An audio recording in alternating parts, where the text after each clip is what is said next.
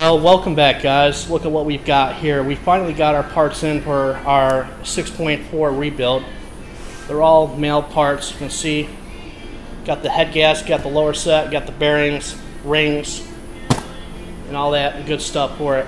So moving on to this engine here, we did take the bed plate off. We got the front timing cover off. We got to clean this all up tomorrow and whatnot. But everything else looks really, really good. You can see here the crank is absolutely in beautiful shape. I mean, there is nothing wrong with this crank right here whatsoever. We got very lucky on this engine, and especially for what I paid for it. You agree? Yeah. Oh yeah. Because this engine here is roughly, from Ford, this short block here is $6 grand. So I mean, we got very lucky, you know. So what we did today is we actually disassembled the pistons. You can see there's no pistons up in any of the cylinders. So tomorrow, what we're going to do, you can see that cylinder's in beautiful shape. You can see all the cross hatching on the cylinder if you really look up in there. So the cylinders are all in really, really nice shape. You've got the bed plate right here. The bed plate adds residual strength to the bottom end. Fortunately, these engines are a real piece of you-know-what.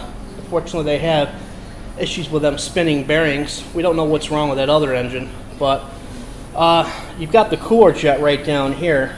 Another common problem with these 6.4s is these cooler jets tend to break off, and they tend to lodge themselves in between the cam and the bottom end of the engine, and that could be causing a knocking issue that I have in that other engine. I don't know. So, you know, until we get that out of the truck, we obviously don't know what's going on with it.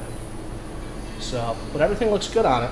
So within the next few days here, we'll probably have this engine done. We've got to hone the cylinders and whatnot.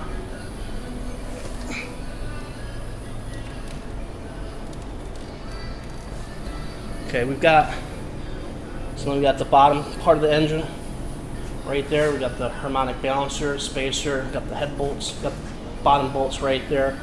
So we've already got our new pistons on our rods. All the rods look perfect. You know, here's the rod. Here's the new piston. Standard size, cam side. So if you're putting one of these together, this side of the piston goes on the cam side of the engine, okay? So all we need to do is we got the rings we got to put in, and we got the oil ring we got to put in. Other than that, slap new bearings, slap it back together, and this thing should be ready to rock and roll. So, but yeah. On that kit, I spent $1,350 on that rebuild kit. So roughly we got $500 in this block here. That brings the total out to roughly $1,900. I've got to order lifters. I got to order got an oil pan that we ordered for it. And we've got other accessories that we have to order. I still have to order head bolts, but everything else we have for it. So we're probably looking about another $200, $250.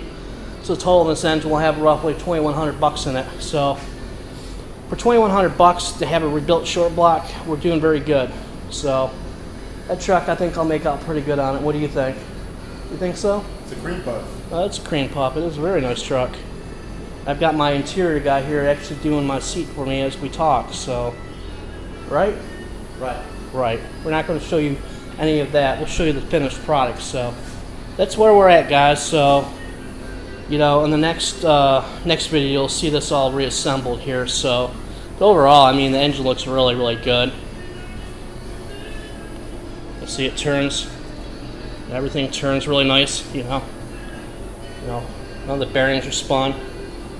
So, yeah, I mean, we got lucky on this 6.4 here. So, this will make it well worth the money of buying that truck. That's where we're going to leave it here, guys. I really appreciate you guys joining me back here. Please like, comment, and subscribe, and we'll catch you guys on the next